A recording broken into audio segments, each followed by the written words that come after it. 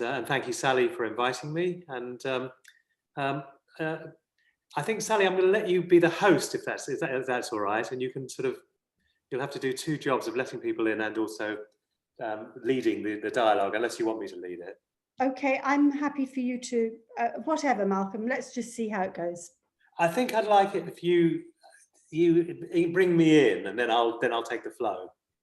Okay, so would you like me to introduce you? Yeah, that'd be good. You're on the spot now. Okay, I met Malcolm in 2009. He is a fantastic psychotherapist. He does group work. His work is life-changing. I've seen the difference it makes to people's lives. It's all about being authentic and honest. And when we start our journey as reflexologists, it's so much more than learning reflexology. It's a journey of personal development and growth. And Malcolm's book just resonated so much with me regarding this. Yeah, I have my copy here as well. Oh, good.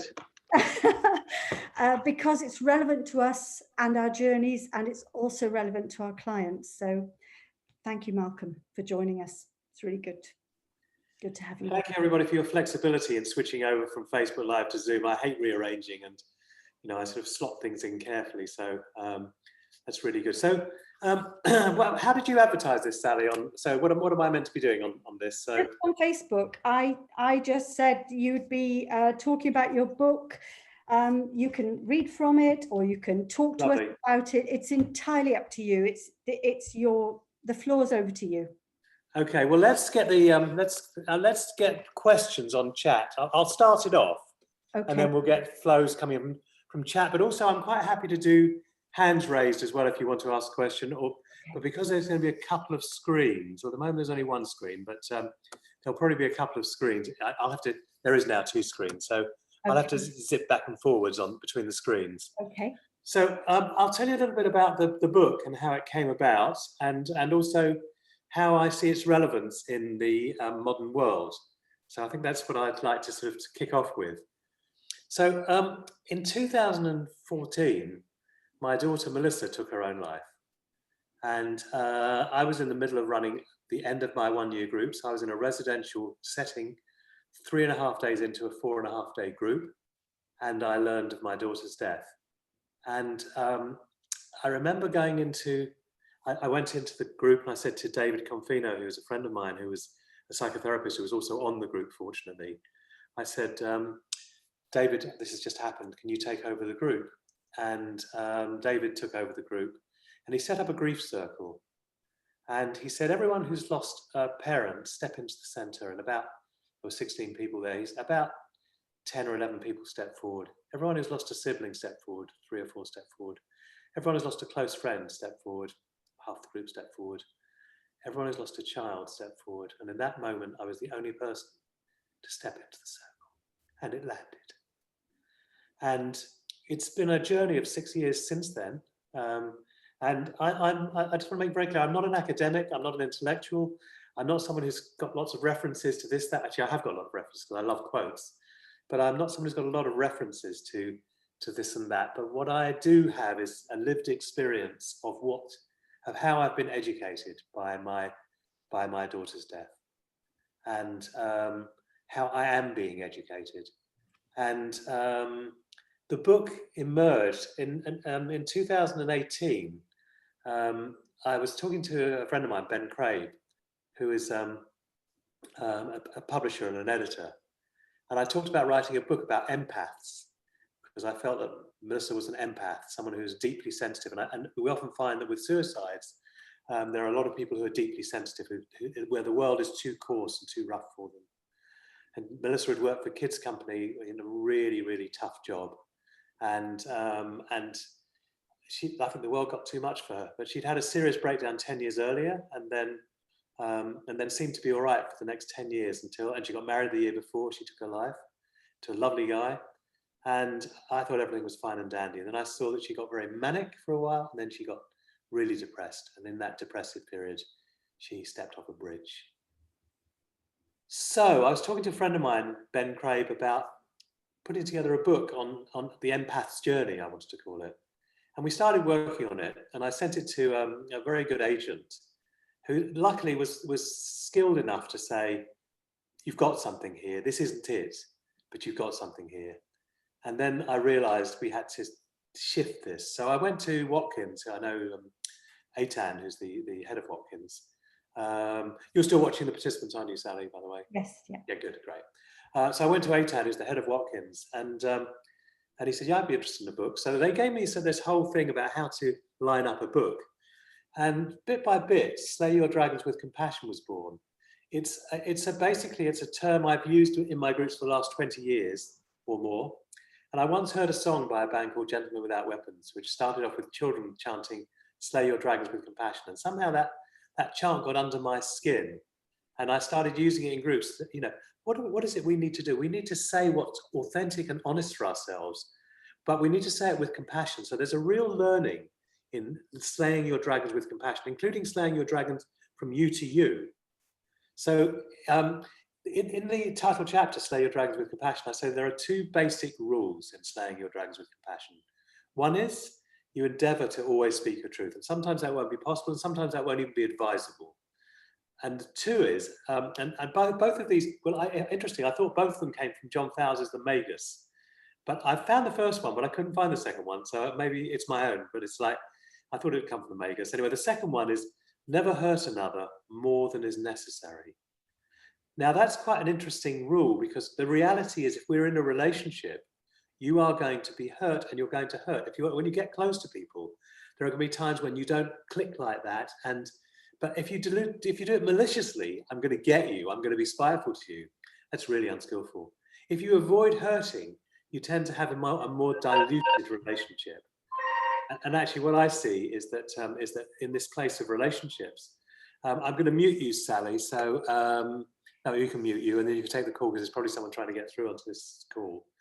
Yeah, so if you're in a relationship, you're going to inflict pain on each other, not deliberately.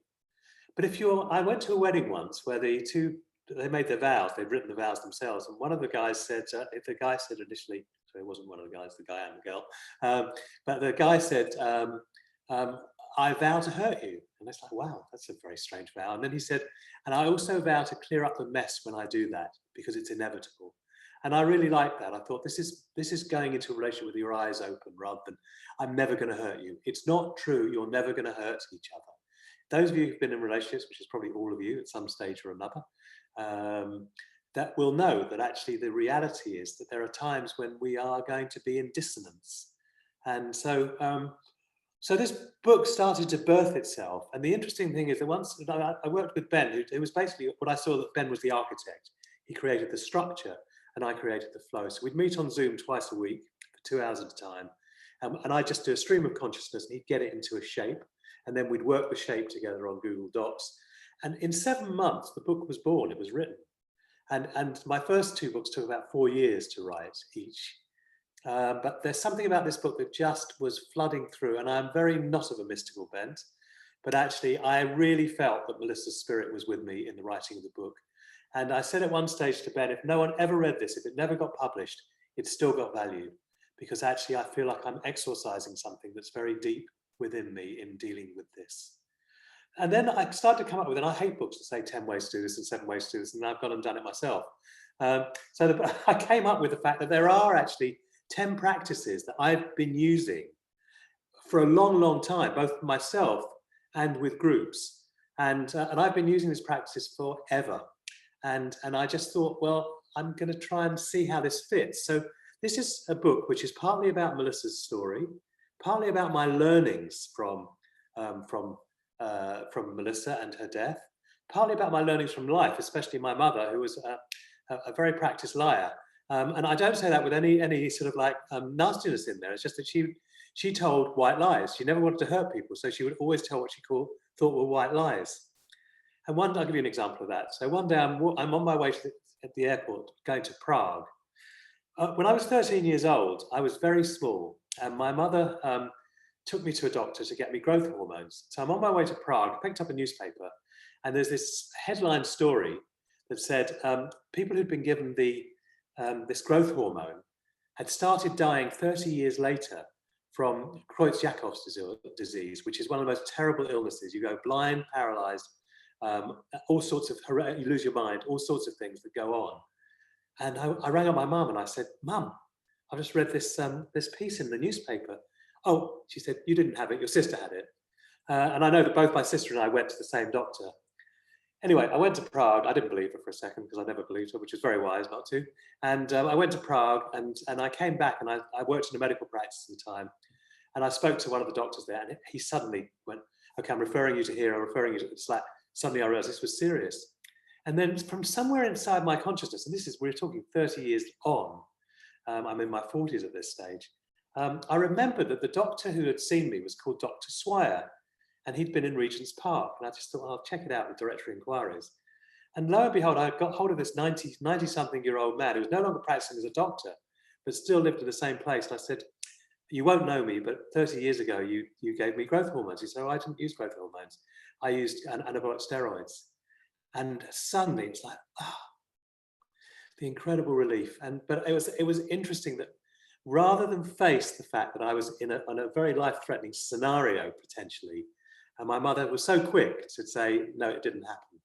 And that happened so often. And I made a resolve at some point that I would live in truth, which doesn't mean I never lie. It means I do the best I can to speak my truth and to do it as honestly and as authentically as I possibly can. So, 10 practices. I think what I'd like to do is to quickly whiz you through the practices, and then I'd like to read you a story, and then I'd like to engage with you. So does that sound all right? Has anyone got any other ideas? I'm happy to adapt if you'd like. I'm looking at this chat box. No one's chatted yet. No, okay, so we go back from chat. So someone's raised a hand. That's good. There's a clap. That's good. All right, so I'll do that. So the 10 practices are these, and I'm going to just give you like a paragraph on each. The first is follow your radar, which means learning to trust your instinct, your sixth sense, something we often turn to our mind to try and logic our way out of situations. We turn to the mind.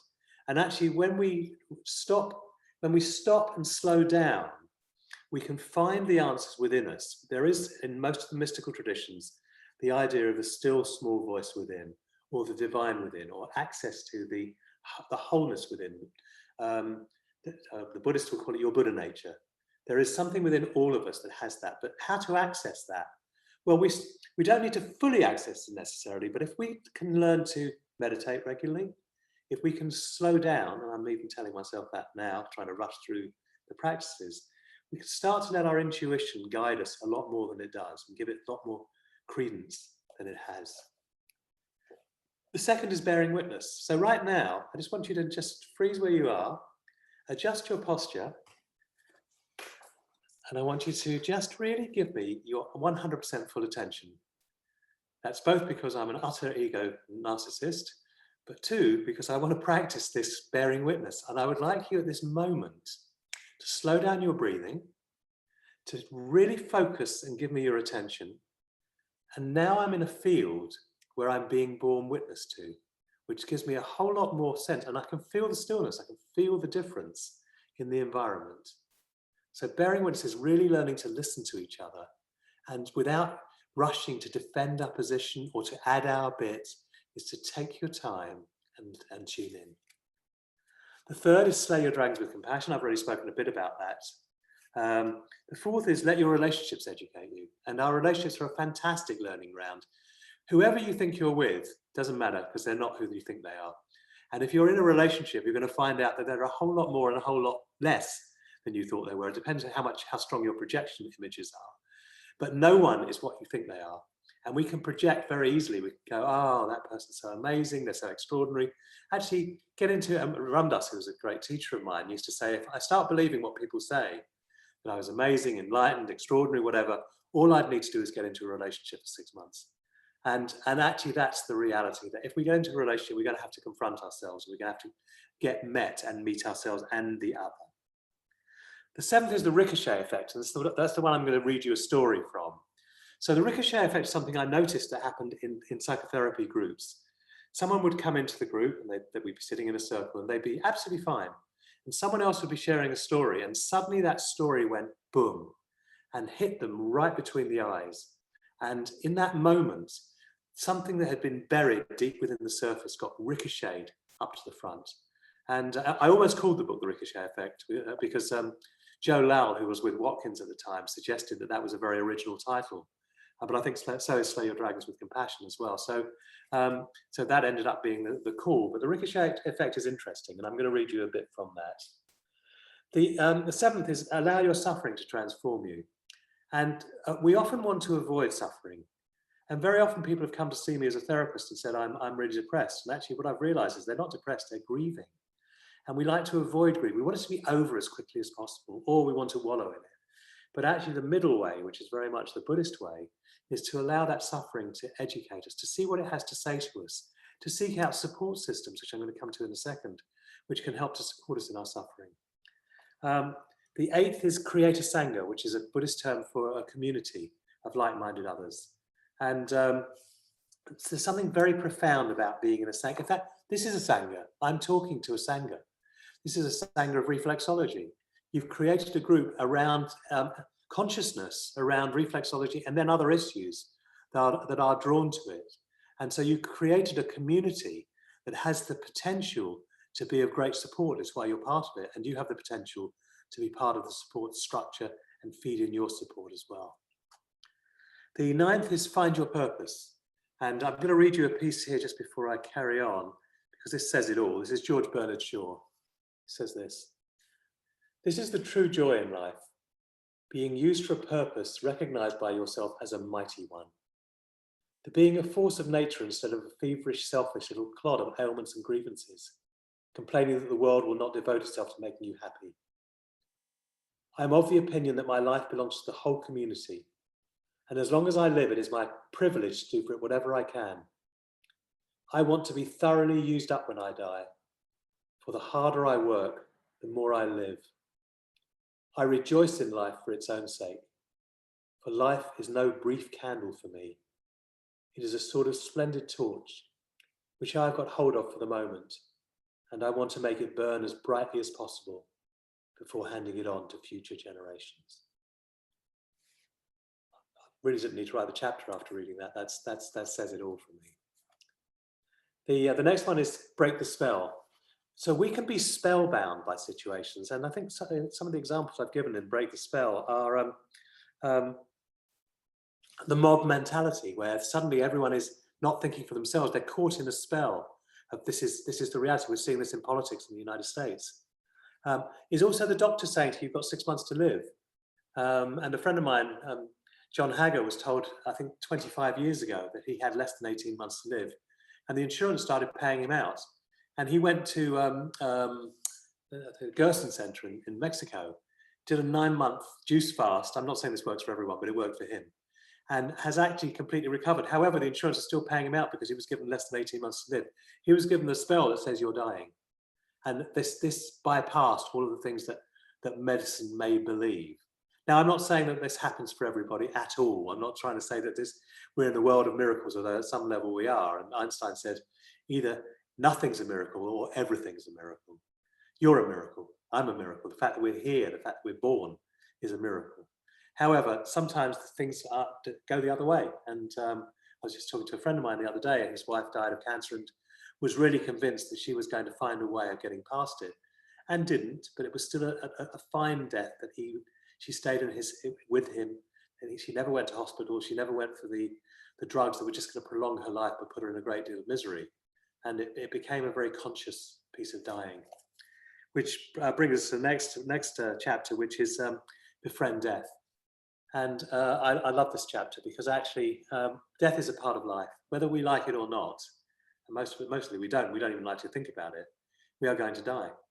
And actually, if we can face the fact that we're going to die, it's much harder to really live. Can we truly live? Can we truly give our attention to that we have this, as Mary Oliver puts it, one wild and precious life to live? So that's my brief synopsis of the chapters. By the way, Sally, am I going to 3:15 because we started at 2:15, or am I going to 3? Malcolm, you can go as long as you like. Oh, fine. Okay. Well, I'm aiming to go to 3:15. So if anyone has to leave because you had it booked from 2 to 3, then do that. But I want to take time for some questions. But I also want to read you this very what I consider probably someone says comparisons are odious, but for me, this is the story that touched and broke my heart. And it happened in Skiros, where I was working, and I wrote this story by interviewing the person who I've named accurately. Most people I've given pseudonyms. They've all been asked for their written acceptance that I can use their story. So I haven't taken anyone's story, but with her, I wanted to get this so accurate because it was such an incredible story. So I'm going to read you something from the Ricochet Effect, which is chapter 7 in my book. By the way, it's on sale at the moment through Amazon. I think they're selling it at $9.35 instead of $12.99. It's the last advertising break. But and I'd like to ask if anyone has read it or does read it, please leave reviews. It would be really helpful as well. So I'd really appreciate that. So I'm going to read you the Ricochet Effect. I'm not going to read the whole chapter. I'm going to read you this piece from the Ricochet Effect. It's reasonably long, so sit back and enjoy yourselves and just feel your way into this story.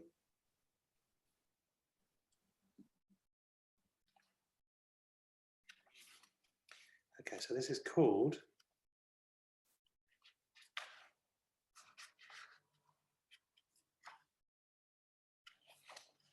Here we go. This is called Raj, Susan and Connor. Susan and Connor, accurate names. Raj is a pseudonym. Raj was in one of my one-off groups in the beautiful holiday destination of Atsitsa in Greece. He'd been married for 10 years, and as his wife approached the menopause, their relationship changed. Her sex drive was less, but his stayed the same. He found the withdrawal of the sexual connection difficult and painful. They had sex from time to time, which alleviated his frustration briefly and drew the sting out of the situation. It feels like a mercy fuck when they do it, I thought to myself. Sorry, excuse the language if anyone gets offended at that. Raj and his wife shared their lives and the care of their children amiably. He was relentlessly positive and rarely showed any chink of vulnerability. He appeared almost aloof and demonstrated a practiced amiability. He spent hours in the gym and had his own import-export business, which he ran from home. However, without touching their relationship, there's two howevers, I don't need to read you that, there was a huge gap for Raj. It's not the sex, I can deal with that. It's the emotional connection from skin on skin. The lack of it drives me mad. It's so painful. It's like the intimacy has been sucked away. His face crumpled and tears appeared in his eyes. What would you like from the group? I asked him. He looked around and engaged with others in a way I'd never seen him do before. He made genuine eye contact with people in the circle and held it receptively. He allowed the others to see him in a place of vulnerability, which normally only his wife would have access to. I'd really love it if someone would touch my face. I don't mind who, anyone who wants to, he said spontaneously. It was a difficult and emotionally raw ask. But three people stood up, sat down next to him in the center of the circle, and gently stroked his face. It was a tender moment appearing seemingly from nowhere. After some time, a soft crying emerged from the other side of the circle. Susan, a gentle Irish woman, was sobbing. Raj basked in touch for a couple more minutes against the backdrop of Susan's sobs. When I sensed Raj felt content, I turned my attention towards Susan, who was being comforted by the person next to her. Would you like to share what's going on? I asked her. The words tumbled out of her. 5 years ago, I met the love of my life in the gym. His name was Connor. I know this sounds really corny, but in that moment when our eyes met, we fell in love in a way I'd never experienced before. And that love continued for the whole 5 years I was with him. He was an Ironman triathlete, had 2 kids from a previous marriage, and I saw such a beautiful soul inside this powerful muscular body. He later told me that when he met me, he saw light shining from the top of my head. We were inseparable from that moment and moved in together a few months later. It was the purest love I've ever felt. This to me was a rarity where falling in love seamlessly morphed into the art of loving. The group's attention was rapt. 3 years later, Connor started getting pains in his stomach and went to his doctor, who assured him there was no serious problem and diagnosed acid reflux. This didn't feel right. Despite having a chest x-ray, which showed us that it wasn't lung cancer, it took 2 years before his doctor x-rayed his stomach and found a massive cancer there. I was furious because it had been obvious that the problem was in his stomach, and it took so long for them to finally investigate it. Connor knew he was going to die and he lost weight quickly. I'd go to bed praying, take me rather than him for his children's sake, said Susan. From the October cancer diagnosis until the following April when he died, his body was in agony. Susan never flinched from being by his side, and she found that stroking his face was a joy for both of them. Every time she touched him, he would smile at her through his pain and say, I love you. For the last month of his life, he was in a hospice, which overlooked the Slieve-Guillaume Mountains and the Keys shopping mall, where Susan had watched Connor perform his first Ironman triathlon. The nurses had put a fold-down bed next to Connor's so they could sleep facing each other at night. They spent time listening to songs and selecting which ones would be played at his funeral. One day he'd just chosen the sixth and final song, a Celtic football anthem, over and over, Celtic song. Connor was a Celtic fan. As they listened, she felt him dying. As he took his last breath, she slid her hand under his head and whispered in his ear, Connor, the windows are open. The mountains are outside. Fly out of your body and meet me on the other side. Then another ricochet reverberated around the group, and one by one, 4 of us shared a story about the loss of a loved one. I shared Melissa's story with tears pouring down my face. The entire group was powerfully present, a response to the clarity and dignity of this grief, and the atmosphere in the room was calm, tender, and electric. Susan turned to me at the end of the session. Thank you. I feel so much lighter. I never dreamed I'd be able to share this here. You created a space to heal my soul, and it felt so safe to express my heart.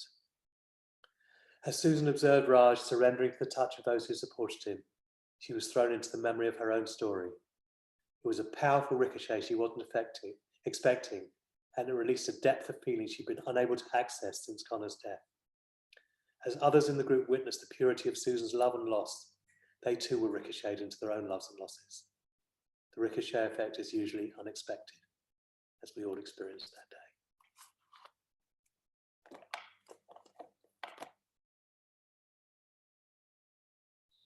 So let's just take a moment and breathe that in, absorb that. An ordinary person who has become, she's in my current 1-year group, she has become extraordinary through her suffering.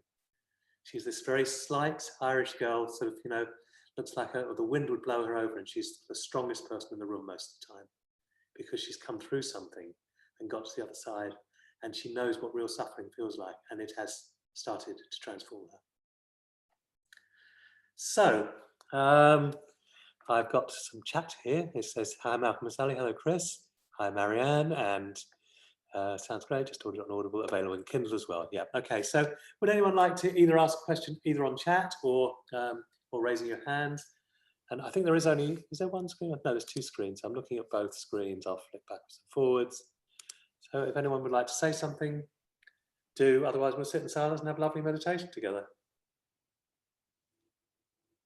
How is what I've said so far? Does it resonate with you?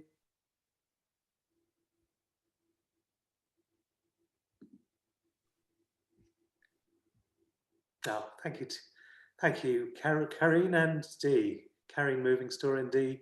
Wow, that was so powerful. Thank you for sharing. It's a beautiful story. Every time I read it, it brings me to tears as well because it was so she was so powerfully present in the sharing of that story.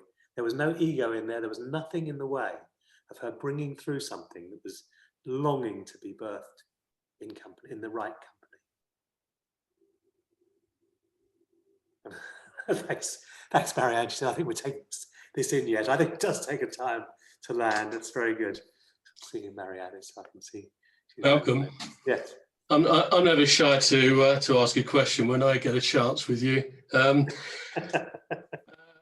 I know the individuals, and I've been in those groups. I know the impact that being able to unload can have, but also the perspective. And I'm wondering about this lockdown and transformation, because certainly I've tried to use the learning I've had from Skiros and from you and for so long to apply to use the lockdown as an opportunity.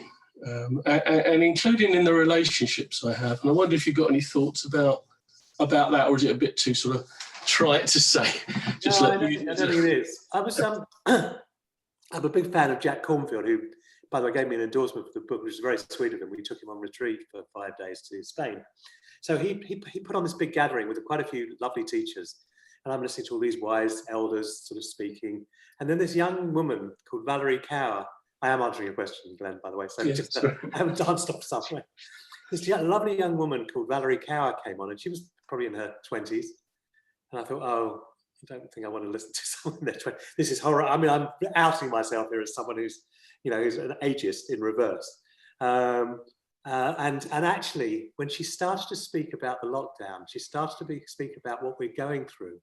She said, imagine this as a potentially very, very difficult birth, that something has been dying to be born, and it's happening now. And it was absolutely essential that this birth was going to happen, because we were going to, we were on our way towards oblivion as we started to look at everything. Extinction Rebellion was complaining about, and all these other things. So we've entered into this period, which Eckhart Tolle calls a time of great turmoil. And I think that within these things, there are always gifts as well. But actually, in lockdown, we also have the chance to slow down. I find that I've moved from London to Devon because I didn't want to be in London anymore. I wanted to be near nature. So I'd always talked about doing it, but I don't think I would ever have done it with my busy life in London. I don't think I'd have ever done it. And I just think there's something about seeing what is there for you. How can we slow down? What I find is I've always read fiction. I've often said, well, I don't really read sort of philosophical books and stuff like that. But actually, what I've found is I'm actually really interested in some of these books that have sat on my bookshelf forever without being opened.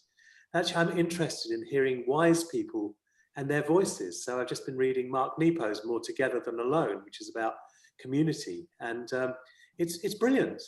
And I've sort of gleaned my wisdom from fiction, Hermann Hesse, Aldous Huxley, John Fowles, The Magus, so these are the things that have really educated me. But I'm also seeing that there are some very wise minds out there. So I think if we can use lockdown to educate ourselves, to slow ourselves down, to practice meditation, which I now do every day without even thinking about it. It is a part of my day now, whereas before I fitted it in where I could.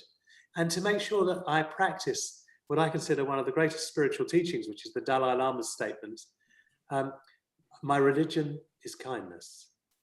So to practice that kindness in all of our interactions and make that a discipline that we do, and perhaps look at some of the disciplines in my book. And I'm not saying, I hate sort of plugging, I quite like it actually, but I don't quite like plugging my book. But I do think that there are some very simple practices there. And what I have realized over the many years I've been running psychotherapy groups, is that it's not about finding a fantastic insight, because they come and go. That's like the revolution. It's the evolution of taking on practices, especially in this time, and refining ourselves and bringing ourselves to more consciousness and awareness. I don't know if that answers it, Glenn, to you, but. Yeah, no, it's. I think it was certainly with reflexology being such a tactile thing as well, when it can be practiced. I think that stroking story and the fact there's some energy going backwards and forwards. I think, and I'm not a reflexologist. I shall now be quiet. No, you can. I think you'll now become a reflexologist. I think that's what's going to happen, actually. So. I'm training hard. Yeah. And just to say, Marianne said, "Have I heard of Gaston Saint-Pierre metamorphic technique?" Well, Gaston and I, for many, many years, ran a meditation group in Primrose Hill in London for the Sufi order. And I haven't heard from him or of him. I don't know if he's still alive, but we worked together for many years running meditation groups together, probably over about 5 years on a weekly basis. And he's a beautiful man. And we talked about the metamorphic technique. I'm afraid he died. Oh, did he? When did he die? Some years ago now. Years. But the Metamorphic Association is now rekindling his work, and they are very busy trying to get people to know this technique. Great. He was a lovely man, very wise man. Mm-hmm. Yeah, it resonates with what you've just said. His teaching. Yeah. So, anyone else like to say anything?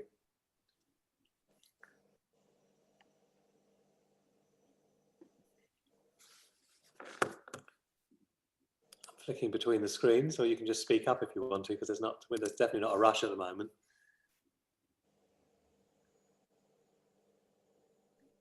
So you can just unmute yourselves if anybody's got anything they'd like to say.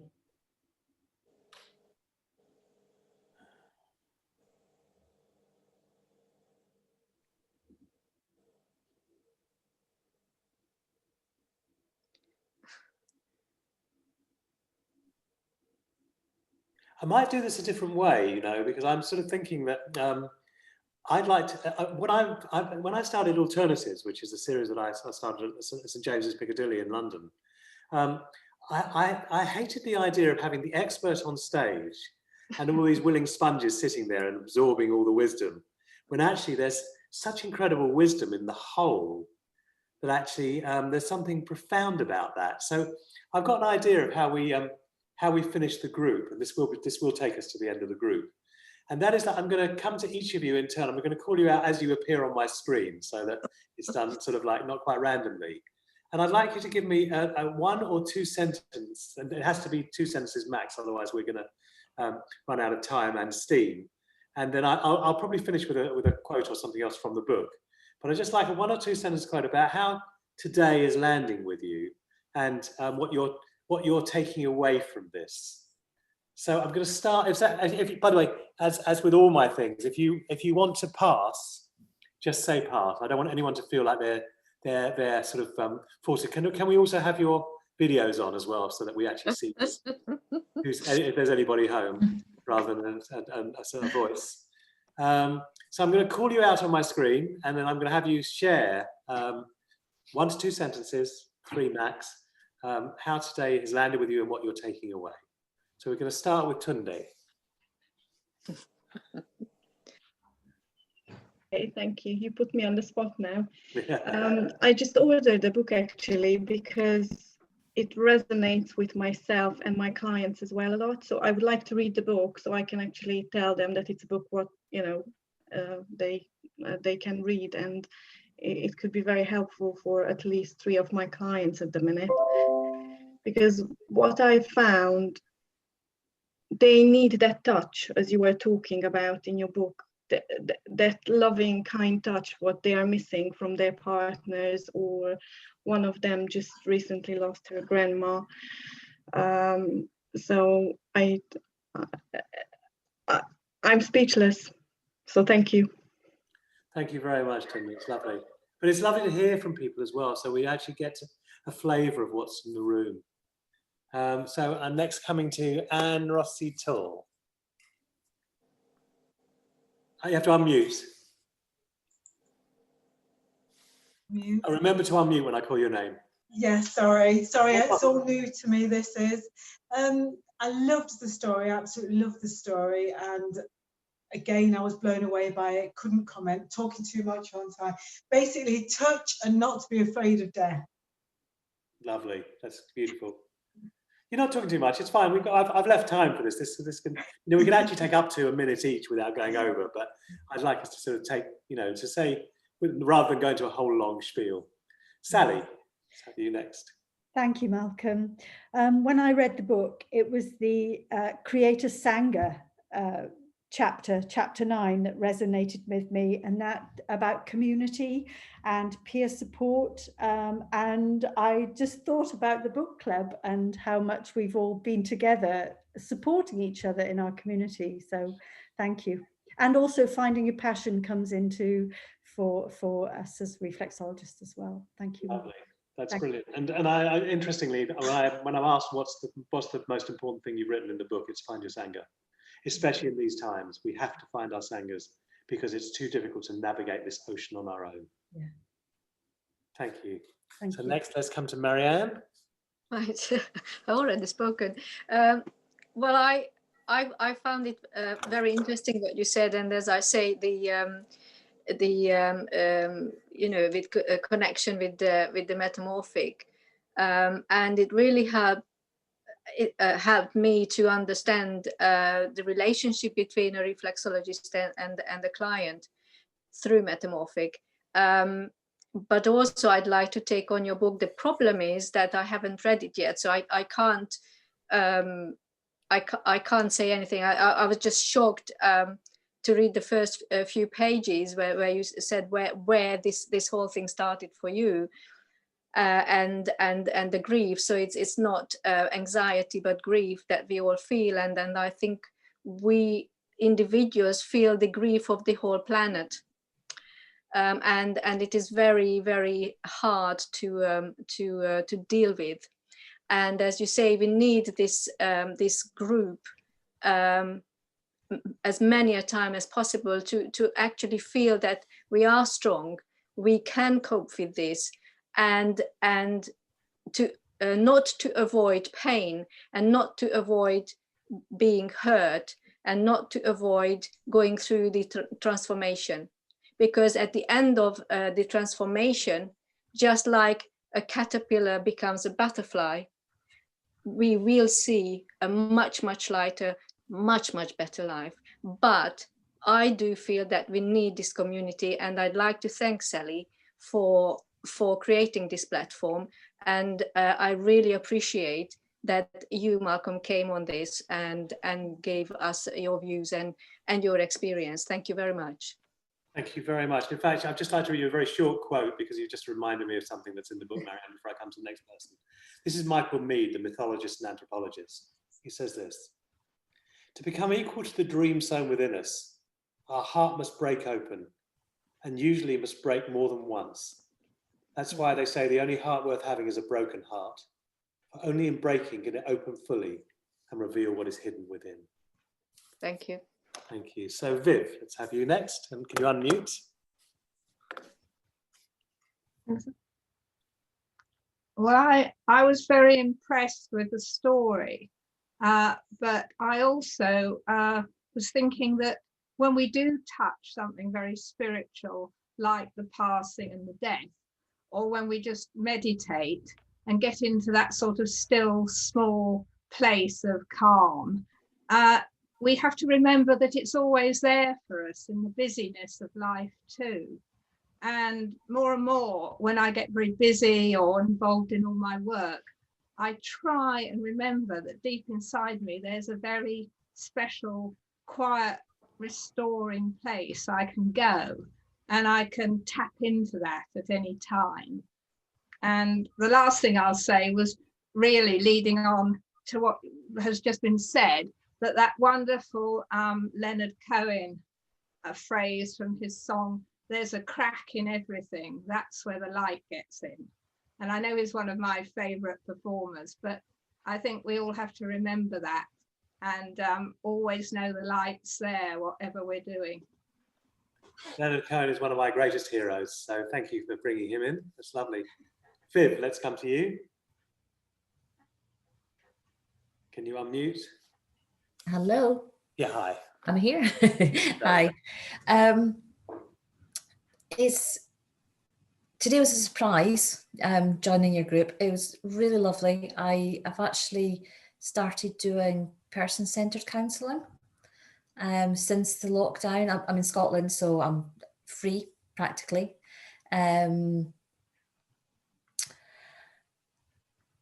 But what I've found with lots of my clients coming just now, there's so much grief. There's so much grief for so many things. And it was just lovely to hear you reading from your book. And it's just a nice inspiration for me to go forward and to keep doing what I'm doing. I don't have your book, but obviously I will get your book today. But no, and I think the biggest thing that's came from today was actually you quoting the Dalai Lama, saying that my religion is kindness, which I think we all need to remember. I think it's so easy to forget to be not kind to each other. Because this morning I wasn't feeling well, and normally I would just carry on, jump in the car and go to class. And today I actually said, no, I'm not going to do it. And thankfully I didn't. Right. then I could join in today, so it was lovely. And thank you, Sally. As I say, it's the first time that I've joined the book club. I've been on the book club, but I've not actually joined in any of the Zooms or anything. So it's been lovely. Thank you very much. Thank Great you, Viv. inspiration. Thank you. Let's come to Sharon West.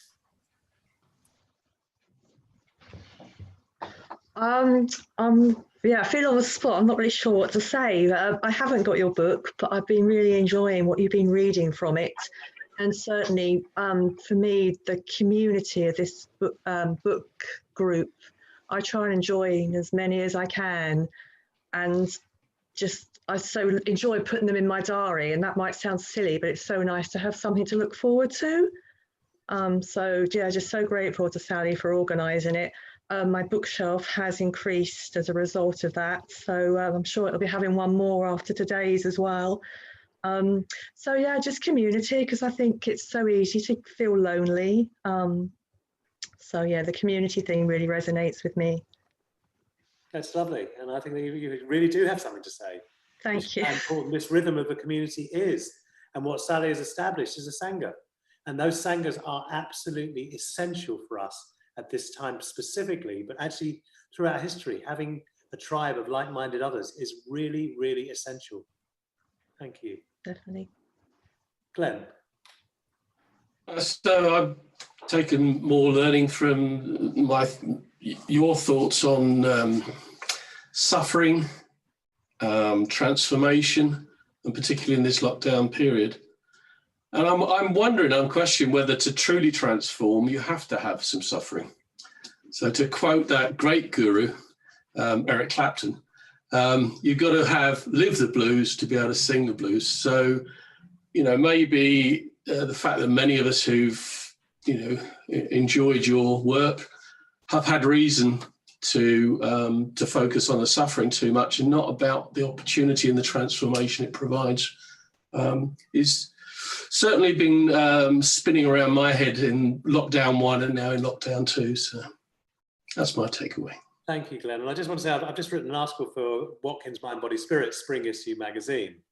And in it, I said, if you look at all the great works of art and literature and music, they're inevitably been formed by suffering.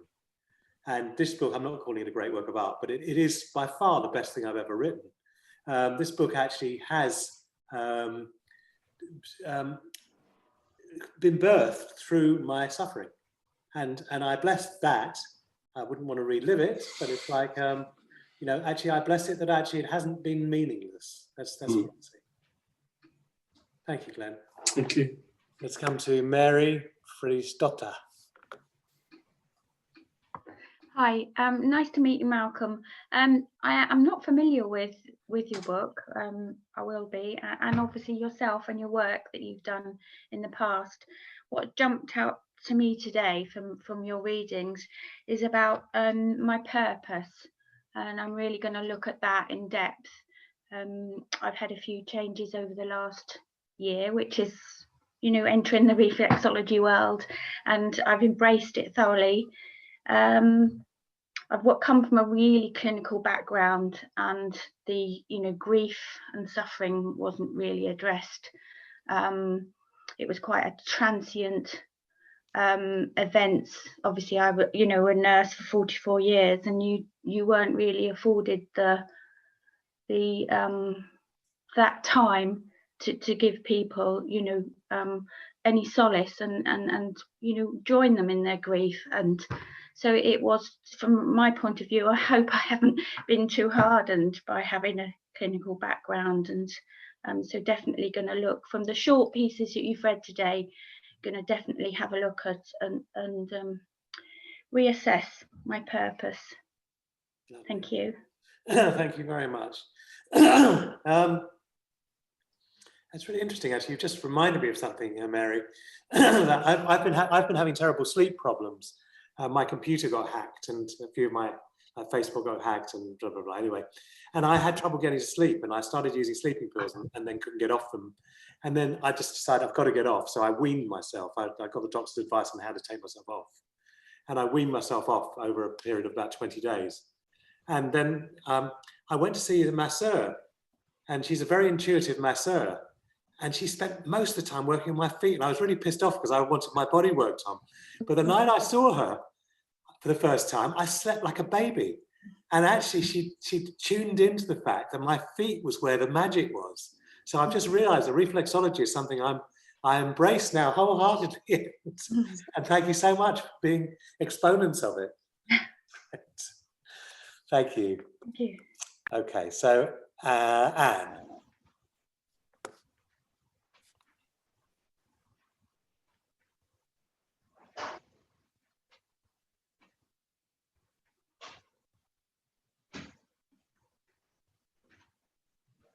Okay, so I've what's really resonated for me is the story of the transition, because I came from a point of being very broken 8 years ago, and through a process of time reading fiction and picking up wisdom in fiction and listening to friends, changed from being a nurse to being a reflexologist and complementary therapist. I've done Sally's training, which I use a lot.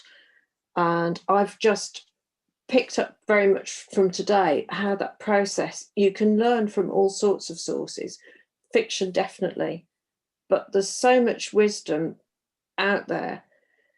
And not to be afraid of the transformation and not to be afraid of change, but to embrace it and to accept that that the pain and the brokenness can be changed, and you can be mended through a series of events and slowly transformed into a new person. And it's quite, where I am now, if somebody had said 8 years ago, you will be doing this, I would have never, ever believed them. Because I'm in a completely different place now to where I was in 2012.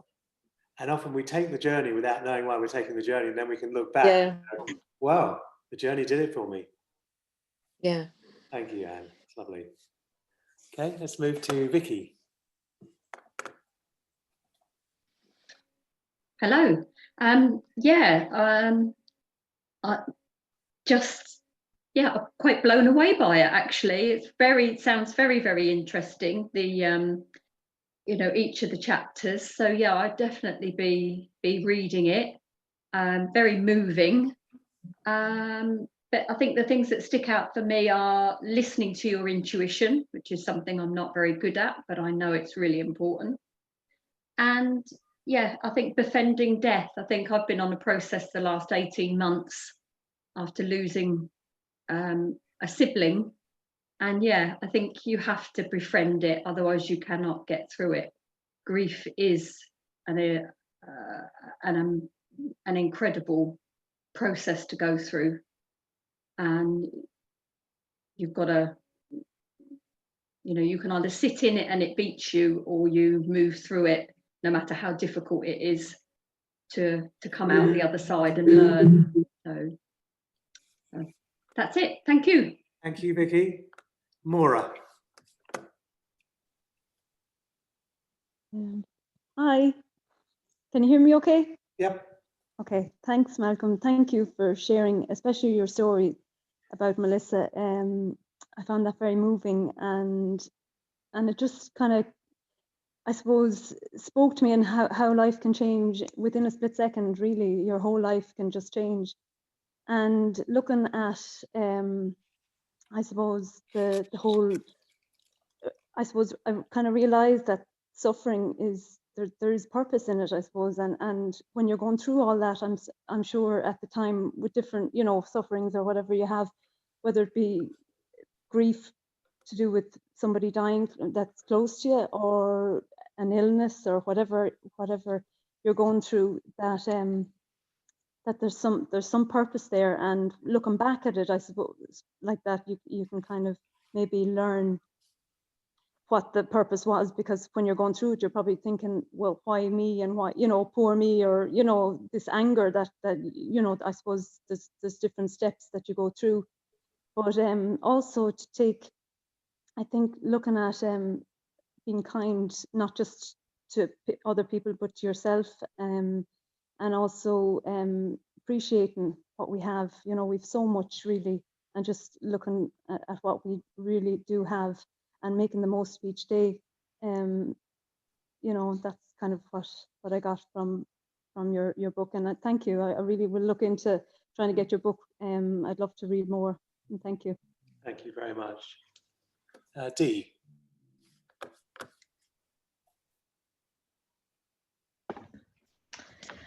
Well, thank you, Malcolm. Can you hear me? Yep. Okay, thank you so much for sharing everything. I was really welling up when you were talking from your book.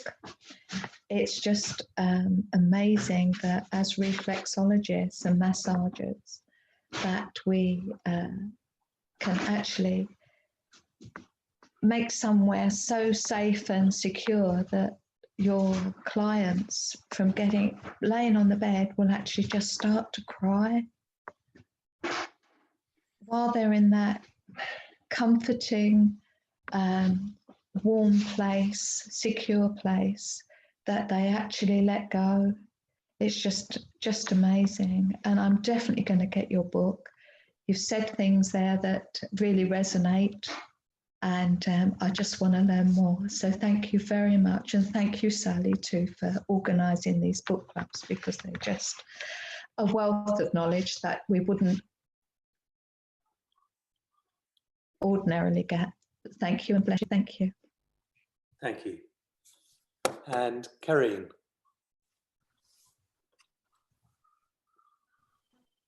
Thank you very much. I will take so much from the talk today. I really enjoyed it. But yeah, so much. So the story you had, I found obviously very moving.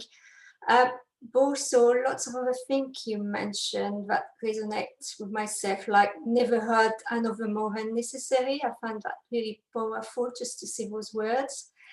But also when you mentioned the group and community is so good for support. I know that during lockdown, a lot of people find it difficult, but I was very lucky because when a lot of people were finding it distressing, my meditation teacher decided to do a group. So we met twice a day via Zoom, and then increased it with 3 times a day. And that was so powerful. I know a lot of people were finding it distressing, but 3 times a day, because we were meeting in a group of people, we were like sometimes up to 70 people during one session. And it was really, first we were meditating, but we were together, each in our home, and that made such a difference. So a lot of the things you say resonated, and I feel like it's so much more that I can get by getting your book and reading it, because it will be over chapter that probably hasn't resonated so much, but once I will read it, I'm sure I will gain from it. So I just wanted to thank you, and thank Sally, obviously, for arranging this session today. Thank you very much to you both. Great, thank you very much, Karine. Christine, can you unmute? Hi. Sorry I'm so late on the call. I don't know if it was me or another Christine. No, it's you. Okay. Okay, I know Malcolm, so I just literally I wanted to come and say hello, and yeah, I know your work and how powerful it is. I was able to do a workshop many years ago in Italy. No, Spain. We were in Spain working. So yeah, powerful work. So I'm so sorry I missed the talk. I had technical problems, but it sounds like it resonated for people deeply. Thank you, Christine. Good to see you. You too. Kit, can you turn the video on though, please? Would be good. Sure, no problem. Yeah, sorry, I'm in Canada, so it's still morning, so I'm still in my bathrobe. That's why I didn't have my video on. That's right. So here you go. Yeah, no, this is all new to me. I think obviously there's a reason why, especially, like I tune in all the time, but today, especially Ontario, it might be going into a lockdown. So I think grievance comes in different ways, right? So you never, because a lot of people are, you know, which with clientele, you see stress, everything. So, you know, like all these different things. And like you said, this is very valuable. Everybody's sharing different points. It brings in different points of view as well. And I just find it very fascinating. And I thank you for your time, and everybody else who's come on screen and shared everything. I think it was, like I honestly think grief comes in different stages and in different ways. It can be something as, throwing out your favorite shirt that's been with you for years, and it's just gone past that point. You can't even use it as a dust rag. And then grief can also be the extreme of losing someone. So anyway, thank you very much. Thank you very much. Good to hear from you. Christine, you want to say something else? Actually, hearing another Canadian voice, I've just a slightly deeper share, and it's reflexology related. So I'm at the moment in isolation back in Guernsey where I live, because we have to have 2 weeks coming, when we arrive back on the island. I had 2 weeks back in Canada in September when I went to be with my mum, who has come out of a hospice. So she's managing her symptoms, and I managed to have 2 months with her, which was a huge blessing. And she's I've had to leave her on her own now, but she'll manage. But we had a really beautiful evening where, her sacrum sort of came, she has difficulties in her sacrum, and I have sometimes challenges with reflexology when people have healing reactions, and sometimes I just pull back. So I wasn't giving her many treatments, but I gave her one that night, and it was so beautiful because she's very fragile, and you can see her bones through her skin, but she could immediately connect in with the work, and she said, "Oh my goodness, I can just feel that right in my sacrum," and it was beautiful, and it heartened me to remind me of the power, the power of this practice. And it seems that share was fitting with the topic of grief. Thank you very much, Christine. Thank you. Chris, can we video and unmute you? Chris Swan. Hi, can you hear me? Yeah. Hi, yeah, thank you, Malcolm. That was absolutely lovely. Thank you for sharing your story. It brought back a lot of memories for me. I lost my husband when I was 34. Took me a long while to get over that. But I do feel, I'm going back 20, 30 years almost. Oh, can you actually hear me? Yeah, you're good. Yeah, sorry. Yeah, so I think it took me a long while to get to the point that you have got to. But I do feel maybe I've got a lot more compassion for other people who've been through similar circumstances. And hopefully I can use that through reflexology that I do now. So yeah, very, very powerful. Absolutely fantastic. Definitely going to get your book. Thank you very much. It's great. Thank you. Have I been to everybody? Because the faces have moved around as people have come and gone. So has everyone had a chance to speak? If you haven't, just shout out. Okay, so I'm going to read you one last quote, and then I'm going to hand you back to Sally, if that's all right.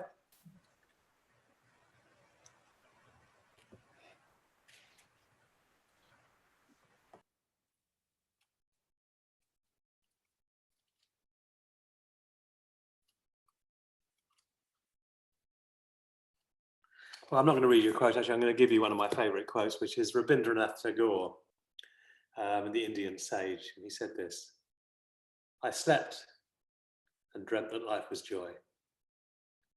I woke and found that life was service. I acted, and behold, service was joy." Okay, Sally, over to you to round up and finish off. Well, I just would like to say thank you, Malcolm, for sharing with us, and thank you also to everybody else for being present and joining us today, and to all the regular members of the book club. Thank you. That's all I really want to say. Thank you, everyone. Thank you. So I'd like to thank you for having me here, and it was a very receptive audience, which is great. I mean, the book is what I'm focusing on now. It's like, it feels like it's my legacy. And my daughter Alexandra said to me, she said, "Dad, you're such an arrogant." I might say the word. She said, people have legacies when they die, not when they're living.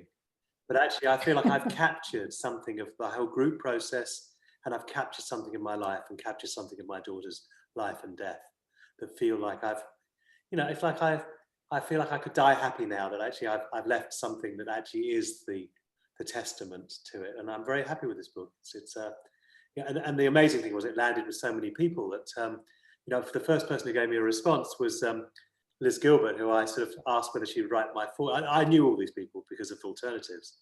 I asked whether she'd write the foreword, and she said, "Well, I can't do that, but I'd just like to read you what she wrote." She said, "Malcolm Stern has a beautiful, harrowing story to tell here, a story of loss, suffering, resilience, and grace. His response to the dreadful pain that life dealt to him has been one of curiosity and expansion, rather than despair and a closing down of the self. What he models in Slay Your Dragons with Compassion is a practical yet infinitely humane method of saving your own life from the darkness. This book is an inspiration." So I was really touched that so many people who were big personalities and big players in that were obviously touched by the humanity and the personness of the book. Just also to say, when we're looking at Sanghas, that yesterday I gave a talk for Humanity Rising, which is an extraordinary group which have been functioning for 143 days under the lockdown. So I'm number 141. And they do every Monday to Friday, and they do a talk from 4 till 6 UK time. It's another really brilliant Sangha. So I think there's a need for Sanghas. So I'm really happy that you guys have got this beautiful Sangha. And I'm not trying to draw you away from Sally at all. I just think there's a richness that actually there's a richness that's going on, even while the suffering is going on in this place. The new initiatives. I mean, this initiative is fabulous. I'm really very happy to be here, and I'd love to come and speak again on Zoom. Probably they're not Facebook Live, so too complex for. So if it's at all possible, I'd love to come again. And thank you. Yeah.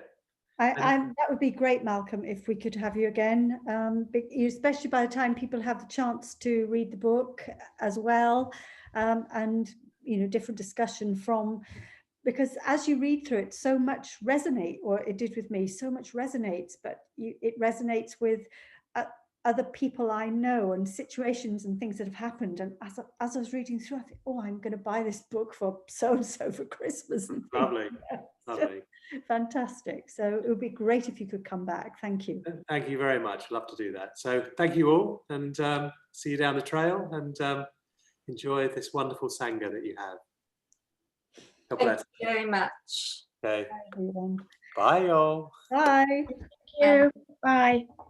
Thank you. End that recording.